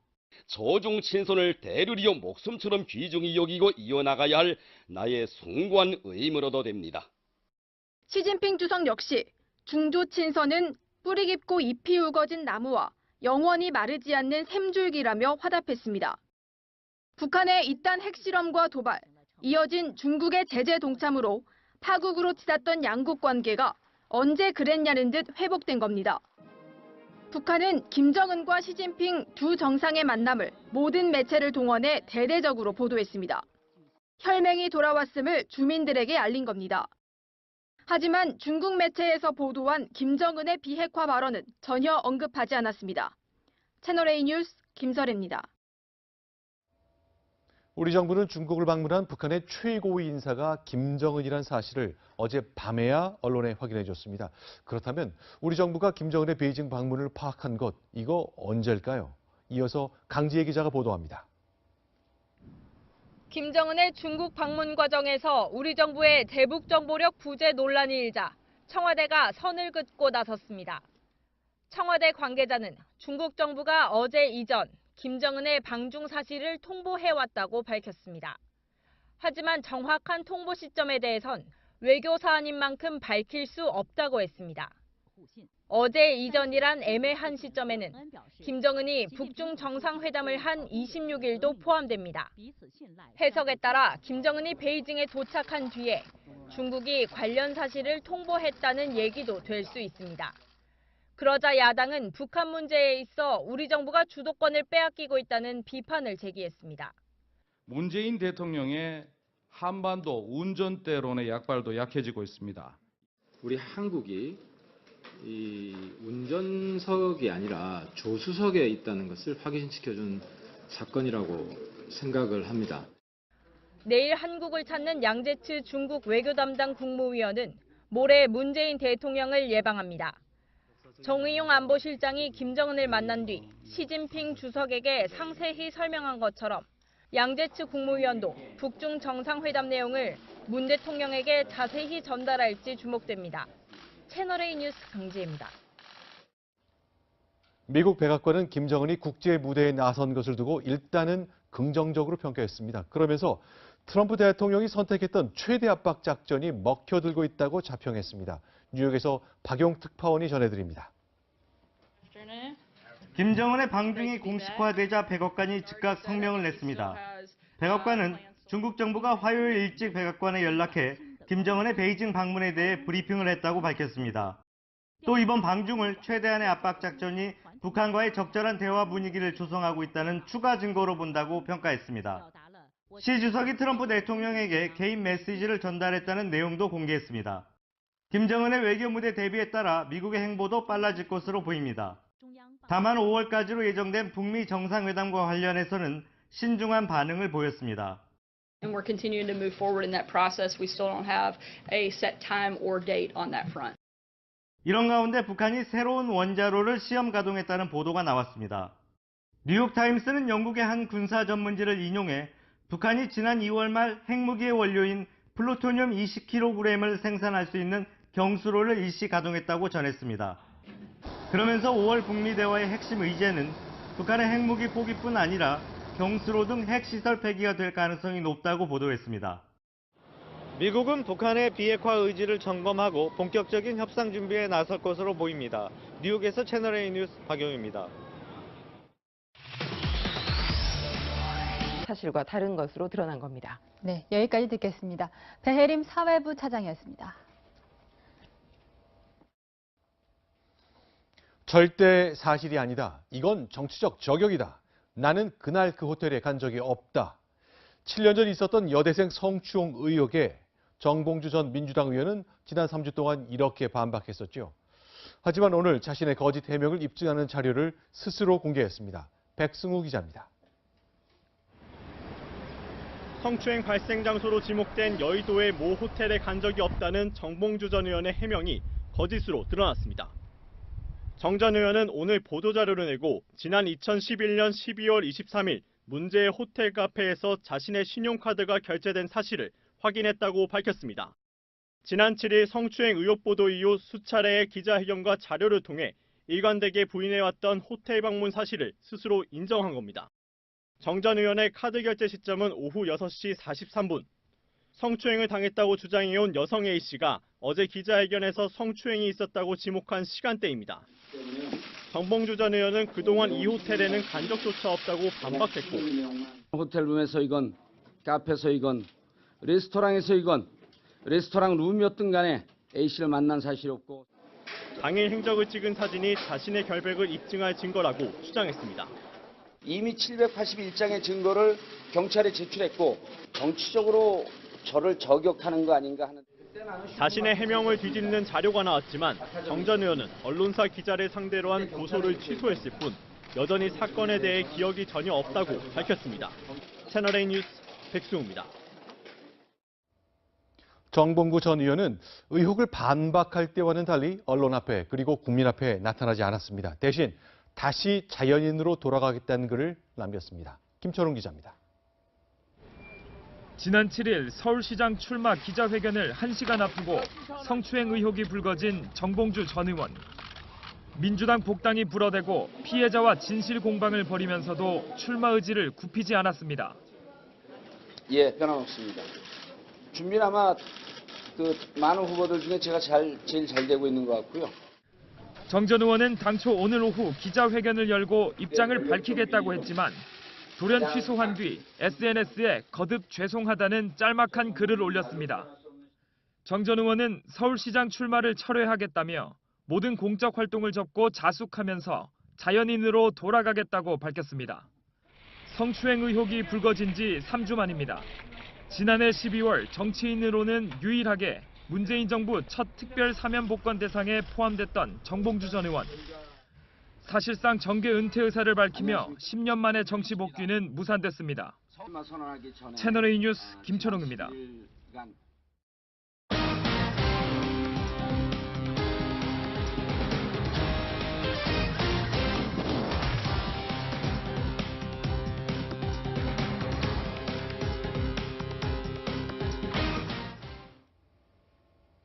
여비서를 성폭행한 혐의를 받고 있는 안희정 전 충남지사에 대한 구속 여부가 이르면 오늘 밤 결정됩니다. 법원에 나가 있는 취재 기자 연결합니다. 서상희 기자, 안 전 지사에 대한 심사 어디까지 진행됐습니까? 네, 현재 영장 담당 판사는 안 전 지사에 대한 신문 내용과 또 검찰과 안 전 지사 측이 제출한 각종 자료들을 검토 중에 있습니다. 핵심 쟁점은 안 전 지사가 이 지위를 이용해 여비서에게 성관계를 강요한 사실이 있는지 여부입니다. 아울러 도주 또는 증거 인멸의 가능성 여부도 또 종합적으로 고려될 것으로 보입니다. 앞서 완 전 지사는 오늘 오후 2시 영장 실질 심사에 정장 차림으로 모습을 드러냈는데요. 차에서 내려 고개를 숙여 인사한 뒤 곧바로 법원으로 들어갔습니다. 네, 검찰과 법원의 결정에 늘 성실히 따르겠습니다. 여전히 혐의 부인하십니까? 말씀드린 바와 같습니다. 안 전 지사 측은 성관계 사실은 인정하지만 합의에 의한 관계였다는 기존 입장을 이어간 것으로 알려졌습니다. 영장 심사는 1시간 35분 만에 끝났는데요.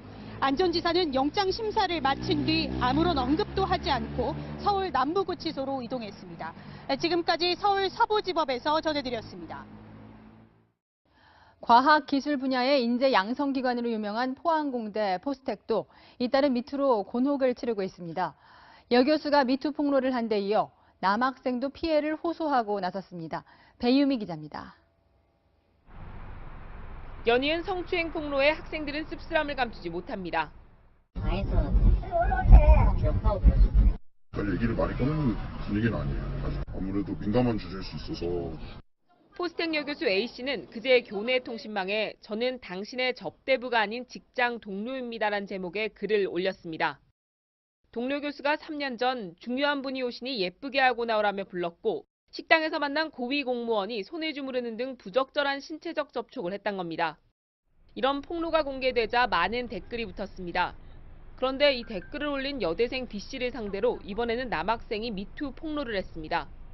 댓글에서 익숙하지만 역겨운 이름을 발견해 글을 올린다 남학생은 지난해 여자 선배인 B씨가 자신을 으슥한 곳으로 끌고 가 성추행하고 몸을 만졌다고 주장했습니다. 학교 측은 신중한 반응입니다. 작은 학교다 보니까 말씀 읽은 것도 사실은 조금 조심스럽습니다. 학교 측은 사안이 중대한 만큼 진상조사를 통해 피해자를 돕겠다고 밝혔습니다. 채널A 뉴스 배유입니다. 강원 고성군에 큰 산불이 발생해 이 시간까지 완전히 꺼지지 않고 있습니다. 산이 바싹 마른 데다 강한 바람까지 불어 진화가 쉽지 않은데요. 1,300명 넘는 주민들에게 대피령이 떨어졌고 학교에는 휴교령이 내려졌습니다. 정지영 기자가 현장 취재했습니다. 희뿌연 연기가 한낮 태양을 모두 가려버렸습니다. 한 치 앞도 보이지 않지만 소방대원들은 치솟는 불길과 싸웁니다. 연신 물을 뿌려보지만 속수무책입니다. 주택 바로 뒤까지 달려든 산불은 컨테이너 창고를 아예 녹여버렸습니다. 무섭지요. 한마디로 금방 번져요. 바람이 많이 불어서. 한약 등을 보관하고 있는 군부대 코앞까지 불이 번져 아찔한 상황도 이어졌습니다. 거침없는 불길에 도로 곳곳은 하루 종일 통제됐습니다. 화마가 휩쓸고 간 산등성이는 잿더미로 변했고 매캐한 연기가 나고 있어 숨쉬기조차 쉽지 않습니다. 대야를 든 주민들은 망연자실, 불이 난 산을 바라봅니다. 처음 산불이 난 곳에서 3km 떨어진 항구까지 산불이 들이닥쳤습니다. 금방 불이 팍 붙었는데 이쪽 산으로 금방 번지는 거야. 우리는 또 이 바닷물 끌어다가 여기다 큰 통에다 받아갖고 막 날랐지 뭐. 산불이 한때 이곳 가진항 부근까지 번지면서 해상으로 대피했던 배들이 다시 돌아오고 있습니다. 오늘 오전 6시 22분쯤 강원 고성군 간성읍 야산에서 발생한 산불은 현재까지 축구장 56개 면적, 산림 35헥타르를 태웠습니다. 건조주의보 속에 강풍까지 불면서 진화가 쉽지 않았습니다. 초속 10m의 서풍을 타고 동쪽으로 빠르게 확산되었습니다. 오늘 하루 1,300여 명에게 대피 문자가 발송됐고 주민 310여 명은 인근 학교 등 대피소로 몸을 피했습니다. 일부 학교는 휴교령이 내려졌고 단축 수업이 실시됐습니다. 우리 앞뒤로 불이 떨어지는 바람에 이제 기준품만 저 길 건너에다 차 세워놓고 그리고 여기 와서 네, 계속해서 좀 더 자세한 이야기 하태원 국제부장과 함께 분석해 보겠습니다. 부장, 분석 키워드 소개해 주시죠. 네, 한반도의 운명을 좌우할 이 운전대 쟁탈전이 점점 치열해지고 있습니다. 자, 남북과 북미가 먼저 움직이자 시진핑이 급하게 운전석에 다가서는 모양새입니다. 자, 비핵화 해법 더 복잡해졌습니다. 자, 한미 동맹처럼 북중도 동맹 관계를 끈끈했는데 굉장히 냉랭했다가 이렇게 딱 한 번 만나서 복구하네요. 이게 가능한 거군요. 뭐 어떻게 마음만 먹으면 되는 것 같습니다. 네. 자, 시 주석은 마오쩌둥, 덩샤오핑 등 혁명 1세대 시절의 우정을 들먹거릴 정도로 동맹 복원에 공을 들였습니다. 자, 김정은을요, 위원장 동지라는 아주 극존칭을 사용하면서 높이 지켜 세웠고요. 네. 김정은 역시 중국을 찾은 것은 마땅한 의무다, 이렇게 화답했습니다. 자, 18일 기억하십니다. 시진핑이 중국 국가주석에 재선출됐을 때 달랑 3줄짜리 축전을 보냈던 때와는 확연히 달라진 모습입니다. 결국 두 사람 혈맹 복원을 한 목소리로 외쳤는데 제가 듣기에는요, 문재인 대통령 그리고 트럼프 대통령 들으라는 외침 같았습니다. 자, 근데 정말로 궁금한 것이 열흘 전에 재선의 축하 문장을 축전을 3문장만 딱 보냈는데 이렇게 달라진다? 그럼 결국 시진핑이 결국 생각을 바꾼 것으로 볼 수 있을 것 같은데 왜 그런 겁니까? 다 이유가 있습니다. 자, 구한말을 한번 떠올려 보십시오. 당시에 청나라가 쇠망하면서 한반도에 대한 어떤 주도권을 잃을 것 같은 위기의식이 생기자 급하게 개입하는 그런 모습이라고 볼 수 있겠습니다. 자, 운전대를 잡을 수만 있다면 김정은 부부에게 두 끼 밥 먹이고 영빈관 내주는 것 정도는 아무것도 아니라고 생각했을 것 같습니다. 그러니까 중국판 환심 사기랄까? 그렇죠. 의전에서 다 드러나는 것 같네요. 네네. 그렇습니다. 자, 한마디로요. 트럼프급이었다. 이렇게 저는 평가할 수 있겠습니다. 자, 지난해 11월이었죠. 11월. 그때 자금성, 황제의 왕궁이라는 자금성을 통째로 내주는 아주 파격적인 의전을 했는데, 자, 이번에 김정은 부부의 방중은 비공식 방문이었습니다. 네. 그럼에도 불구하고 그 조우대 안에 있는 양원제를 털어내 줬는데, 네. 자, 유명한 청나라 건중제 있잖아요. 네. 건중제가 자주 다니면서 황제의 정원이라고 아주 아꼈던 그런 곳입니다. 자, 트럼프급의 의전을 해줬습니다. 어쨌건 환대를 받았는데 아마 많은 분들이 궁금해하실 것 같아요. 김정은 도대체 지금 한반도 비핵화 관련해서 어떤 생각을 하고 있을까? 오늘 양국 정상의 대화로 좀 볼 수 있는 게 있죠. 네, 이제는 뭔가 좀 명확해진 기분입니다. 자, 쉽게 말하면요, 맨입으로는 비핵화 못한다 그런 이야기를 했는데, 자, 방북 후 우리 특사단이 했던 얘기를 먼저 한번 보겠습니다. 정용 특사 이렇게 얘기했죠. 군사적 위협 해소되고 체제 안전 보장되면 핵 보유할 이유가 없다. 네. 김정은 얘기라고 전한 겁니다. 그런데 그렇습니다. 자, 중국이 오늘 얘기한 건 이렇습니다. 한미가 선의로 우리 노력에 응답하고 네. 단계적 조치를 취한다면 비핵화 하겠다. 네. 자, 비슷해 보입니까? 일단 뭐 이것저것 하면은 핵 포기하겠다는 뜻으로 보입니다만 미묘한 차이가 있겠군요. 그렇습니다. 조건이 붙어 있습니다. 우리 노력에 응답하고 단계적 조치를 취하면 하겠다. 결국 말 대 말, 행동 대 행동. 네. 그동안 김정일이 그런 누누이 강조해왔던 그 내용에서 한 발짝도 물러서지 않겠다. 바로 이런 이야기를 했는데, 네. 과연 트럼프 대통령 이 조건을 받을지 저는 아주 회의적이라고 생각합니다. 자, 그렇다면 이제 4월 말 남북 3차 정상회담을 전제로 해서 내일 남북 고위급이 만납니다. 문재인 대통령의 구상이 좀 틀어지는 겁니까? 아니면 계속대로 순항하고 있는 겁니까? 네, 중국 변수의 등장으로요, 재수정 불가피해 보입니다. 네. 자, 우리 대통령의 3단계 해결론 이겁니다. 자, 남북이 만나고요. 그 다음에 북미가 만나는 거죠. 네. 북미가 만난 다음에는 남북미가 모여가지고 판문점에서 네. 평화선언을 하겠다. 이런 구상이었는데, 네. 시진핑 주석이 급하게 끼어들면서 이 전체 구도가 틀어졌는데, 결국 시진핑이 하고 싶은 얘기는 남북 미중 4명이 모여서 한번 담판하자. 이런 얘기인 것 같습니다. 자, 그렇다면 자, 불과 한 3주 전만 해도 아주 훈풍이 훅 불 것 같았거든요. 전반적으로 좀 평가를 좀 부탁드리겠습니다. 우리가 바라는 북한을 중심으로 한 한반도의 비핵화 점점 더 차근차근 가고 있는 겁니까? 저는 좀 복잡해졌다고 봅니다. 네. 6자 회담이 실패했잖아요. 그 네. 이유는 너무 많은 참가국이 있었기 때문에 실패했다고 저는 봅니다. 일단 일본과 러시아 빠지는 것인데요. 긍정적 측면은 있다고 생각합니다. 자, 결국 김정은의 의도는 남북관계 복원을 통한 경제협력 그리고 북미 대화를 통한 제재 완화를 노리고 있을 것 같은데, 자, 북한과 중국이 전통적 혈맹을 복원하면서 지금 협공을 펼친 모양새 아니겠습니까? 네. 이 상황에서 우리가 과연 중국과 미국 사이에 중간에 어정쩡한 지점에 서 있는 것, 그건 해답이 아니라고 생각합니다. 알겠습니다. 자, 몇 번 저희가 말씀드렸습니다만 4월 말 그리고 5월쯤으로 예상되는 북미 정상회담 끝나는 2달 뒤면 많은 것이 선명해질 겁니다. 그때까지 좀 기다려볼 수밖에 없겠군요. 알겠습니다. 하태현 국제부장과 함께했습니다. 고맙습니다. 네, 계속 보겠습니다. 자, 정상국가처럼 국제에 나선 것이 김정은 리설주 부부죠. 그 사람들 얘기 좀 살펴보겠습니다. 처음으로 공개된 북한의 퍼스트 레이디 외교입니다. 곽정화 기자가 소개합니다. 세련된 베이지색 정장 원피스를 입고 김정은 옆에서 미소를 짓는 리설주. 중국 시진핑 주석뿐만 아니라 펑리위안 여사와도 자연스럽게 악수를 나눕니다. 기념사진을 찍을 때 펑리위안 여사의 카운터파트로 나설 뿐 아니라 시진핑 주석과 차를 마시며 환담을 나눌 때도 펑리위안 여사 맞은편에 함께합니다. 퍼스트레이디로 첫 정상외교에 도전하는 자리였는데 위축된 모습은 찾아볼 수 없습니다. 중국의 실리콘밸리 중관촌을 찾았을 때는 4D 안경을 직접 체험하는 등 친근한 모습도 보여줬습니다. 리설주는 지난 5일 김정은 위원장과 우리 대북 특사단의 만찬에 참석해 국가 수반 부부의 모습을 연출했습니다. 북한 매체는 지난 2월부터 리설주를 동지에서 여사로 바꿔 부르며 영부인 역할을 강조하고 있습니다. 리설주 여사와 김영남 동지 당과 정부의 간부들이 추석단 특별석에 자리를 잡았습니다. 부부가 정상외교를 함께하는 정상국가의 모습을 과시하려는 의도로 풀이됩니다. 채널A 뉴스 곽정화입니다.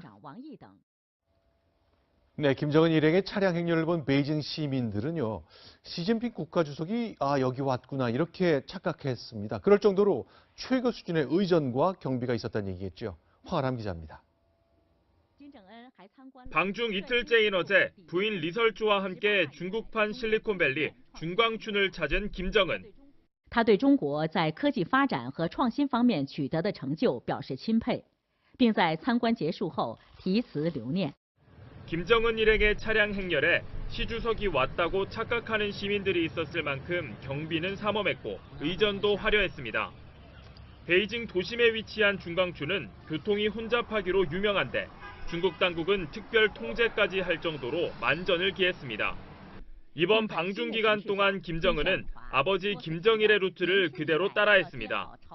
애용하던 전용기 대신 전용 열차를 이용했고 갸오위타위 18호실에 묵은 것은 물론 중광춘 방문 일정도 판박이 같았습니다. 김정일은 지난 2011년 5월 방중 때 중광춘의 정보통신 서비스 업체들을 돌아보며 중국 기업의 발전상을 체험한 바 있습니다. 베이징 서북 쪽에 위치한 중광춘은 중국 IT 첨단 산업의 메카로 기업... 오후 7시 현재 산불 진화율은 90%. 하지만 진화 작업을 할 수 없는 밤새 불길이 다시 확산될 수 있어 긴장감은 계속되고 있습니다. 채널A 뉴스 정지영입니다. 오늘 아침 출근길도 미세먼지 때문에 답답하셨죠? 오후부터는 조금 나아졌는데요. 이제 문제는 중국에서 몰려오는 황사입니다. 주로 북한 쪽을 지나갈 것으로 예측되지만 우리나라에도 영향을 줄 가능성이 있습니다. 허욱 기자입니다. 지난 주말부터 벌써 닷새째 하늘이 뿌였습니다. 마스크를 쓴 직장인들이 출근길을 재촉합니다. 갖고 다니는데 착용 안 했어요.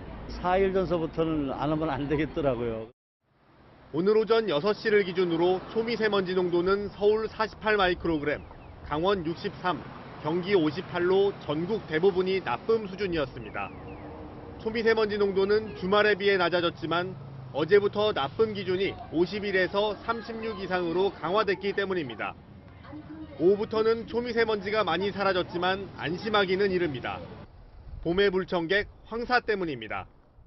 어제 낮 중국 고비 사막과 내몽골에서 시작한 황사는 일부가 오늘 오후 북한 상공을 지나며 우리나라까지 영향을 줄 가능성도 있습니다. 황사는 북한 상공을 지나가겠지만 그중 일부가 고기압의 하강 기류를 따라 우리나라에 영향을 줄 가능성이 있습니다. 황사가 강하게 불면 초미세먼지 농도가 다시 올라갈 수도 있습니다. 한편 중국발 미세먼지에 고농도 오존이 포함되어 있다는 민간 연구기관의 연구 결과도 나왔습니다. 오존에 자주 노출되면 피부질환이나 가슴 통증, 기침 등 증상이 생길 수 있습니다. 채널A 뉴스 허옥입니다. 이런 최악의 미세먼지 속에서 장교 후보생 수백 명이 10시간 넘게 행군 훈련을 하는 일이 있었습니다. 군 훈련 지침에도 어긋나는 일인데 마스크조차 지급되지 않았습니다. 강은하 기자입니다.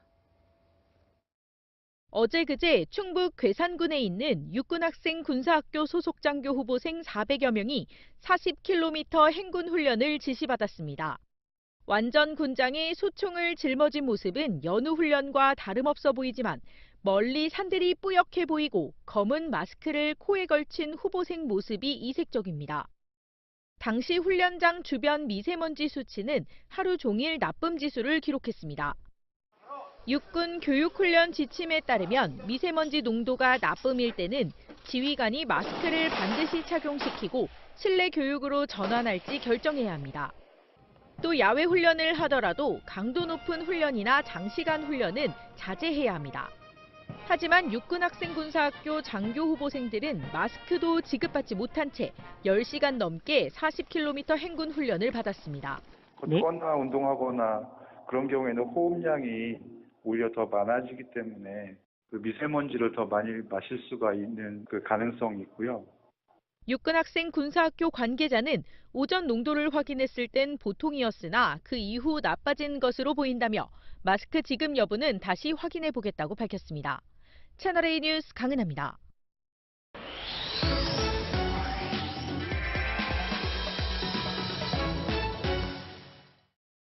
뉴스터치 시작합니다. 먼저 10대 고교생과 20대 청년들이 작당한 보험 사기극인데요. 한밤중 서울의 한 도로 모습입니다. 깜빡이를 켠 택시 뒤에서 한 승용차가 택시를 뒤따라가고 있는 모습인데 그런데 속도를 줄이지 않고 은근슬쩍 택시를 들이받습니다. 놀란 기사와 승객이 밖으로 뛰쳐나오자 뒷차 운전자도 함께 나와 받침 부위를 살펴보고 있는데요. 그런데 평범한 사고 같은 이 장면, 알고 보니 치밀한 사기극이었습니다. 몇 분 전으로 시계를 돌려볼까요? 승객들이 택시에 탈 때부터 가해 차량은 이 택시를 주시하고 있었습니다. 먼저 20대 청년들은 속칭 이 설계팀과 또 피의자 팀을 만들어서 렌터카를 대여한 이후에 고의 사고를 만들어냈습니다. 한편에서는 이 피해자 팀, 이 택시 승객인 것처럼 위장을 해가지고 현장에서 바람잡이 역할을 했는데요. 이 피해자 팀에 대해서 좀 더 알아볼까요? 이 피해자 팀 대부분 10대 고교생들이 연기를 하는 것이었는데 20대 형들이 돈 필요한 사람은 메시지를 보내라 이런 말에 10대 동생들이 꼬드김 당한 것입니다. 네, 고등학생들은 일회용이에요. 한번 써먹고 다른 애들 모집하고. 택시 승객이 많을수록 돈이 많이 나오지 않습니까? 그죠? 절대 한두 명은 안 타요. 다음은 땀 흘려 일하는 택배 상하차 알바생들을 부끄럽게 한 택배 사기 사건입니다. 서울의 한 택배 상하차 분류 작업장인데 쉴 새 없이 컨베이어 벨트를 따라서 택배 상자들이 줄줄이 운송 차량으로 옮겨지고 있습니다. 이때 주위를 두리번거리던 한 남성이 상자 하나를 몰래 바깥으로 내던지는데요. 또 다른 남성은 택배 상자를 발로 슬쩍 밀어서 밖으로 내보냅니다. 상자 안에 뭐가 들었는지 살펴보다가 필요 없다 싶자 이번에는 내팽개치기까지 하는데요. 알고 보니 이 감나가는 택배 내용물을 훔치기 위해서 위장 취업을 한 20대 남성들이었습니다. 이 20대 남성들 하루 만에 그것도 불과 5시간 만에 1,000만 원이 넘는 물건을 훔쳐서 달아났는데 휴대폰부터 충전기 그리고 옷까지 이 돈이 된다 싶은 물건들은 닥치는 대로 빼돌렸습니다. 이 꼬리가 길면을 밟힌다는 속담처럼 이 내용물만 빼내고 버려버린 상자들 때문에 이들의 덜미는 경찰에 잡히고 말았습니다. 지금까지 뉴스터치였습니다. 이틀 전 한 차례 무산됐던 이명박 전 대통령에 대한 옥중 조사가 오늘 다시 시도됐습니다. 현장으로 가겠습니다. 윤준호 기자. 자, 이 전 대통령에 대한 옥중 조사 오늘은 어땠습니까? 네, 검찰의 설득에도 불구하고 이 전 대통령에 대한 조사는 그제에 이어 오늘도 이루어지지 않았습니다. 사건을 수사 중인 신봉수, 송경호 두 부장검사가 오전 10시부터 변호인들을 통해 계속 설득했지만 조사에 응하지 않겠다는 이 전 대통령의 입장에는 변함이 없었습니다. 특히 이 전 대통령은 검찰 조사를 받겠느냐는 변호인들의 질문에 같은 대답을 반복하도록 하지 말라며 언성을 높인 것으로 전해졌습니다. 이런 가운데 검찰은 이 전 대통령의 혐의를 입증하는 데는 문제가 없다는 판단입니다. 다른 추가 수사를 통해 증거를 충분히 수집하고 있다는 겁니다. 이처럼 이 전 대통령에 대한 추가 조사가 어려워지면서 향후 검찰의 수사는 이 전 대통령 가족으로 확대될 가능성이 높습니다. 실제 검찰은 이 전 대통령의 뇌물수수 혐의와 관련해 부인 김윤옥 여사를 비공개 조사하는 방법도 검토하고 있습니다. 이런 가운데 아들 시영 씨는 오늘 이 전 대통령을 면회했습니다. 지금까지 서울중앙지검에서 전해드렸습니다. 네, 경찰을 원색적으로 비판했다가 거센 반발에 직면했던 자유한국당이 일주일도 못 돼서 고개를 숙이면서 사과했습니다. 오늘은 경찰 대신 전교조를 정조준했습니다. 김기정 기자입니다. 광견병 발언으로 경찰의 조직적 반발을 자초했던 장제원 자유한국당 의원. 정권의 사냥개가 광견병까지 걸려 정권의 이익을 위해서라면 닥치는 대로. 논란이 커지자 발언 엿새 만에 경찰을 사랑한다며 사과했습니다. 자유한국당은 경찰의 울산시청 압수수색에 대해 문제를 제기하며 국회 행정안전위원회를 소집했지만 오히려 경찰을 치켜 세우며 파문을 수습하는 데 주력했습니다. 세계에 내놔도 손색이 없는 치안에 대해서는 1등 가는 경찰입니다. 아주 모범적이고. 가치 10억 달러가 넘는 스타트업이 70곳 넘게 자리하고 있습니다. 김정은이 중국의 선진 산업 현장을 둘러보며 경제 개발과 개방 정책에 대한 메시지를 대내외적으로 알리려 했다는 분석이 나옵니다. 채널A 뉴스 황아람입니다. 검찰은 오늘 4년 전 세월호 사고 보고 조작 사건에 대한 수사 결과를 발표했습니다. 여기에서 박근혜 전 대통령의 세월호 7시간 행적이 낱낱이 공개되는데요. 특히 당일 오후 최순실 씨를 청와대 관저에서 만나 중앙재난안전대책본부 방문을 결정한 사실도 새롭게 드러났습니다. 먼저 성혜란 기자입니다. 세월호 참사가 있었던 지난 2014년 4월 16일, 박근혜 전 대통령이 관저에서 최순실 씨를 만난 것으로 확인됐습니다.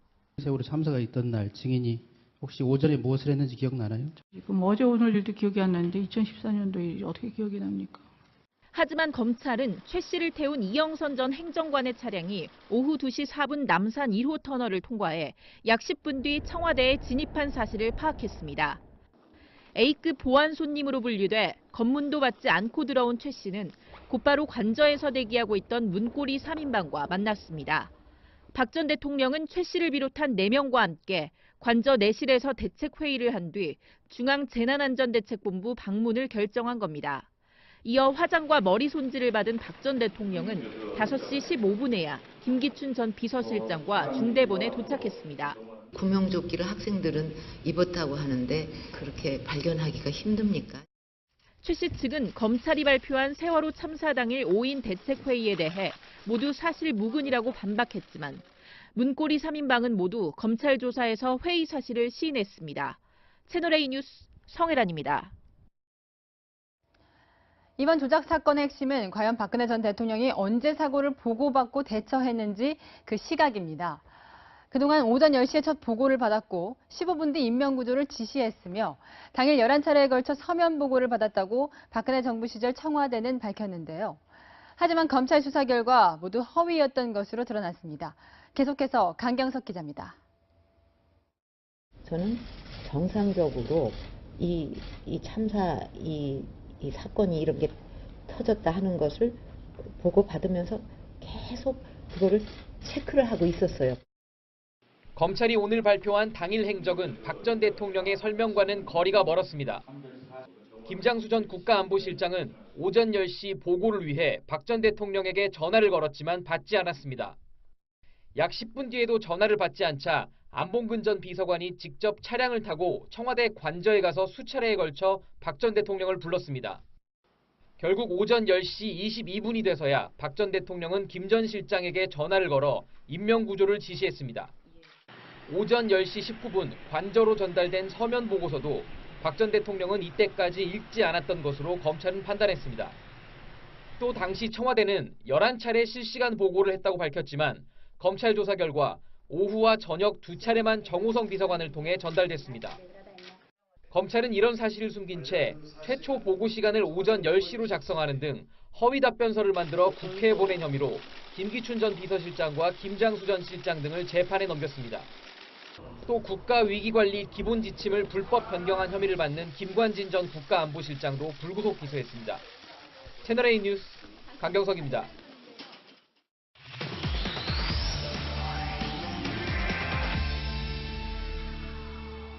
네, 세월호 7시간의 미스터리가 드디어 베일을 벗었습니다. 사회부 배혜림 차장과 뉴스 분석으로 이어가겠습니다. 키워드 먼저 설명해 주시죠. 네, 오늘의 키워드는 침실, 최순실, 그리고 중대본입니다. 세월호 참사 당일 박근혜 전 대통령의 7시간 동안의 행적은요, 침실, 최순실, 그리고 중대본으로 요약이 됩니다. 4년 전 세월호 참사 당일 청와대 관저로 들어가 보겠습니다. 네, 논란이 된 여러 내용 중에 박근혜 전 대통령이 첫 보고를 받은 시점부터 한번 살펴보겠습니다. 네. 오늘 검찰 수사 결과 발표에 따르면 10시 22분에 첫 결과 발표를 받았다는 건데 네. 왜 오전 10시라고 그동안 주장을 한 겁니까? 네, 검찰 수사 결과에 따르면 박근혜 전 대통령에게는 반드시 숨겨야 하는 비밀이 있었던 걸로 보입니다. 바로 자신이 침실에 머무느라고 이 국가안보실의 보고를 3차례나 누락했다는 겁니다. 결국 관저로 뛰어들어간 안봉근 전 비서관이 침실 앞에서 여러 차례 대통령을 부릅니다. 그제서야 박 전 대통령은 그 소리를 듣고 침실 밖으로 나왔고요. 국가안보실장이 급한 통화를 원한다는 보고를 받은 뒤에는 단 한마디 말을 남겼습니다. 그래요 라고 반문하는 한마디였습니다. 이 당시 청와대는 골든타임을 오전 10시 17분으로 판단했습니다. 이 세월호 탑승자가 마지막으로 카카오톡을 보낸 시각이 바로 10시 17분이었습니다. 이 박 전 대통령은 자신의 무능을 숨기려고 이 골든타임을 넘기기 전에 앞서 보고를 받은 걸로 조작했다는 게 검찰의 판단입니다. 네, 이미 늦긴 했지만 이 오전 10시 22분에 첫 보고를 받은 뒤에는 도대체 무엇을 한 겁니까? 네, 침실에서 당시 김장수 안보실장에게 첫 보고를 받고 나서 이 구조의 만전을 기하라고 전화로 바로 지시를 합니다. 그리고 뒤에 8분 뒤 해경청장에게 전화 한 통을 한 뒤로는 오전 내내 침실에서 나오지 않았다는 게 검찰 수사 결과입니다. 네, 이런 참사가 발생했는데 오전 내 침실에서 나오지 않았다. 쉽게 납득이 가지 않는데요. 네, 이런 경우가 적지 않았던 것으로 보입니다. 검찰 수사 결과에 따르면 이 통상 관저로 들어가는 보고서는 요리사를 통해서 침실 앞에 있는 탁자에 놓여집니다.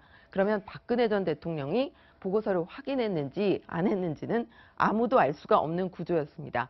이런 이야기를 김기춘 전 비서실장이 한 적이 있는데요. 직접 들어보시겠습니다.